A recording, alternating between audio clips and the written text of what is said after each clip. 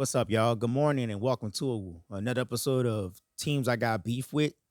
This is week 9. The teams I got beef with. Here goes the lineups. Green Bay Packers, the Indianapolis Colts, Detroit Lions, the Kansas City Chiefs, and the Dallas Cowboys. Get your asses in here. Let's go. So, I already just said that. What I would like y'all to do is to like and subscribe to this page. Like and subscribe to any listening platform that you may be able to listen to us on. I haven't really been posting anything, but I will start posting and stuff real soon whenever I just have the time for it. But anyways, let's get through it. I got to really speed run through this. All right. So the first game that I want to talk to y'all about is Carolina Panthers versus the Green Bay Packers. Now, in the last episode of Hunt for the Perfect Parlay, I went with the Green Bay Packers. But on my ticket, and I need to start sharing my tickets with you guys, I chose Carolina Panthers to meet the spread. The spread was 13.5 at the time when I made my bets. And Carolina did amazing. They won the game. Nobody expected that. Not even us in our fan base. So now I guess you could say we're a bunch of true believers at this point, but the Green Bay Packers is a weird fucking team right here to me, man, because it's like they could beat the teams that you know that might be in the playoffs, and then they just lose to teams that's like, huh? You tie with Dallas, you lose to Cleveland, you lose to Carolina, but you beat teams like, let's go look at their schedule real quick. But they beat teams like the Lions, the Commanders. Sorry, man, about that. You know, Jaden Daniels injury and everything, but they beat the Commanders. Who else did they really beat that's considered worthy of talking about? Steelers. Where the league is all upside down, like it's crazy, man. Up is down, up in this bitch. You know what I mean? So Carolina goes into to Lambeau Field, get the victory. Green Bay seems like they only play at the strengths of teams and whatnot. I don't know if Tucker Kraft was one reason why they really couldn't do anything anymore.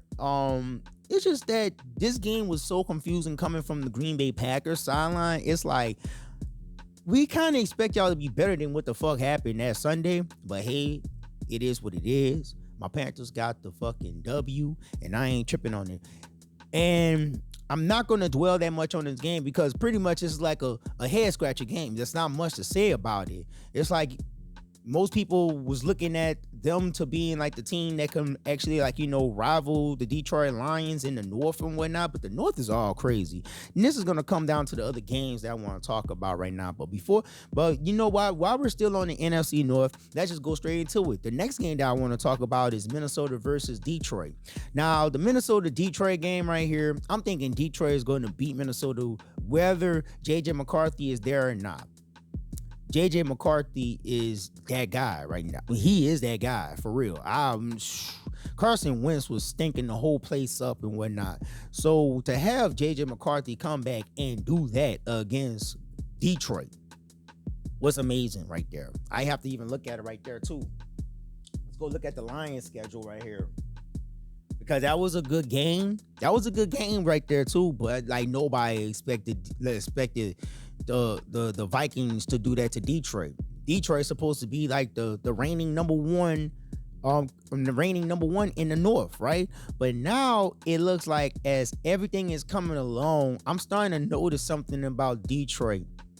All the teams in their division except for Chicago knows how to beat them. They got beat by the Packers. They just got beat by the Vikings. The only team that they beat in their division is the Bears. Now their division looks weird. I have not looked at the division standings, and I'm gonna scroll through that later on today whenever I have time and everything. But the North is just so in shambles right now that this is like a toss up. It's a toss up. Pretty much almost the whole league is like almost a toss up, except for the NFC South. That's Tampa Bay. By far. The NFC East, I don't see nobody beating the Eagles in that division. You know what I mean? The West is gonna go obviously to Seattle, but the North, and we're talking NFC, but the North it's a toss up right now, man. It's like anybody can really catch the number one spot right now because Detroit seems like the only people that can beat Detroit are the ones in the North. I don't know. Maybe it's just a crazy coincidence. Maybe it's something that I just noticed that most people don't. But yeah, most of their losses came from teams in the North. They 2 losses really pretty much came from the Packers and the Vikings. But with that one, I don't know, man. It's just weird. I have to look at the standings. Before I say anything. So anyways, with that being said, now I want to go on to the next game right here. This makes me kind of look at, and I really want to start really making segments like this called Contenders or Pretenders. And I want to start this out with the Indianapolis Colts versus the Pittsburgh Steelers and how Indy lost that game to Pittsburgh. Wow. Now, I was just riding the damn wave of the 7-1 team, like the best team in the NFL schedule-wise and everything. So I was riding that wave, you hear me? I'm like, man, they're gonna go in there, they're gonna go in Pittsburgh, they're gonna give a good game, and they're gonna get the W. Did not expect that shit from Pittsburgh. Pittsburgh's defense played crazy to the point where Daniel Jones was just throwing interceptions. 5 interceptions on the day. After 3, you're not coming back. 5 is like, nigga, you're buried. They put the casket, they closed it, and they just filled the pit up with the dirt. That was crazy. And majority of the interceptions was like short pass, forced.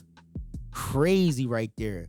We didn't know if we was looking at Indiana Jones or Danny Dimes again. But maybe that might not be. Maybe it's just like they just got exposed or something. They did officially abandon the run game early in there. So the coaching script was horrible from the get-go. Like the opening script was already terrible from the get-go. When you don't utilize Jonathan Taylor like how he's been running all year, I don't know. Or maybe Mike Tomlin and squad came up with a good plan to stop him, to neutralize your strength, which I ain't gonna lie, Pittsburgh is the best at doing that. They are the best at taking away your strength. They're the best at that. So try to trust in Daniel Jones, and that did not work at all, my mans. That did not work at all. And like I said, they just got away from their original game plan. I just feel like they just didn't do what we normally expect them to do. Run, pass. No, but it got to the point where they got so desperate that Daniel Jones was just throwing interceptions, like throwing out like birthday cake. That was horrible. But anyways, that lets me know, are they contenders or pretenders? You look at the end of the game, if you look at the Colts schedule, they only beat teams that are beatable, like very beatable. And so now, coming off of this loss with the Steelers, we're gonna go look at their schedule, and it's looking like it's gonna get hectic from here on out. It's gonna get hectic from here on out, man. The only teams that they can possibly beat right now on their remaining schedule I can see is teams in their division. But like teams like the Seahawks, no. I feel like the Texans can give them a run for their money. They got to play them twice. I feel like the Texans could really give the Colts a run for their money. If the Colts are pretenders, like how I said, and if in time CJ Stroud comes back, man, yeah, they won't see the Texans until like maybe 3 weeks from now. So then they got to play the Chiefs. Then they got to play the Falcons, the number 1 pass defense in the NFL. Yeah. It's about time that the Colts is about to get exposed. They about to get exposed bad. So that hurt me though in my damn parlay ticket, because the 2 teams that I expected to win their games were the Colts and the Lions. That hurt me right there. So now we're gonna go down to the afternoon games, and one of the afternoon games fucked up my other ticket right here. Kansas City versus Buffalo. Now, this is probably just something that was given as a blessing to Buffalo. Buffalo had to get this win. Like, I feel like Buffalo needed this win just because how many times Patrick Mahomes went to Buffalo and beat Buffalo in their home stadium. That's cold-blooded. So, at this point though, I'ma call Josh Allen the king of the North. I'm gonna use my Game of Thrones reference with him. I'm gonna call him king of the North because it seems like every time winter is coming through, this man just starts turning on. When Josh Allen is playing like how he played, and go look at his stats, I think he like threw like what he threw 26 times, like 20, like something like 23, 26 or something like that. Like he ain't throw much. He only threw for like 26 times. You hear me? Got like 300 and something yards, 3 touchdowns. He didn't have to do much. He didn't have to do much. Where Patrick Mahomes was just trying to make something. When Patrick Mahomes was trying to make something happen, and whenever Pat tries to make something happen, we start seeing what's popping off. Interceptions. Oh yeah, man. So I just feel like this was one that Buffalo needed. This was one that Buffalo deserved, and I should have went with Buffalo to win this, because obviously Buffalo is stronger. The problem was with the game last week that Kansas had. We forget though, man. Even though these teams dominate against weak teams, the season is so wide open, it doesn't really matter about that shit no more. It matters about what teams that gives them they run, not the teams that they can steamroll, but the teams that actually challenge them to be the better team, that challenge them to be the team that they can be or should be. And right now, the strongest team in the NFL right now is the Buffalo Bills. But yeah. It's kind of like, we kind of expect that. So anyways, and this is the last one right here that I want to get on, Dallas versus Arizona. I don't know why I chose Dallas on this one, but now I'm starting to see something. I'm not going to even talk about Dallas, man, because that defense is trash. That defense was so trash that Jacoby Brissett was having a game to make you actually question, are we better with him than we are with Kyler Murray?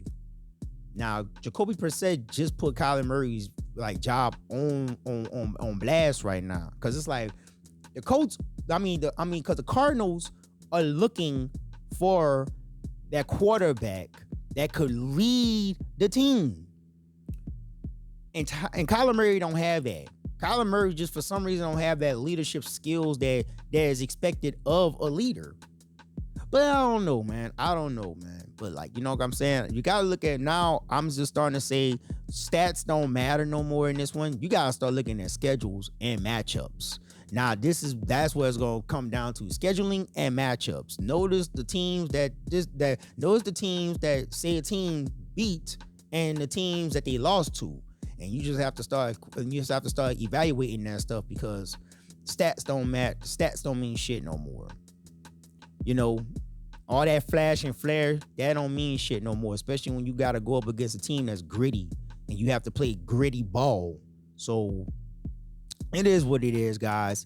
Those are the teams right now that I had beef with. I'm going to keep this episode fairly short because I want to get a lot of stuff knocked out for the morning and whatnot. Prayers up, man, for Jaden Daniels. That was a nasty dislocation of the shoulder. But prayers up for Jaden Daniels. I think it wasn't on his throwing arm. So just have a good recovery. Just have a swift and good recovery. CJ Stroud, concussion. Just get better, man. Because the Texans definitely need you. Tucker Kraft, get better, man, because you are Jordan Love's safety net. And Joe Alt out for the season. Good luck over there, Chargers. Good luck, Justin Herbert. You're gonna be running all over the place once again. So anyway, guys, I hope you all enjoy your week. Have a good week. Enjoy your week. Go Dodgers. And I will get with y'all on the next episode for a hunt for the perfect parlay. All right. Peace.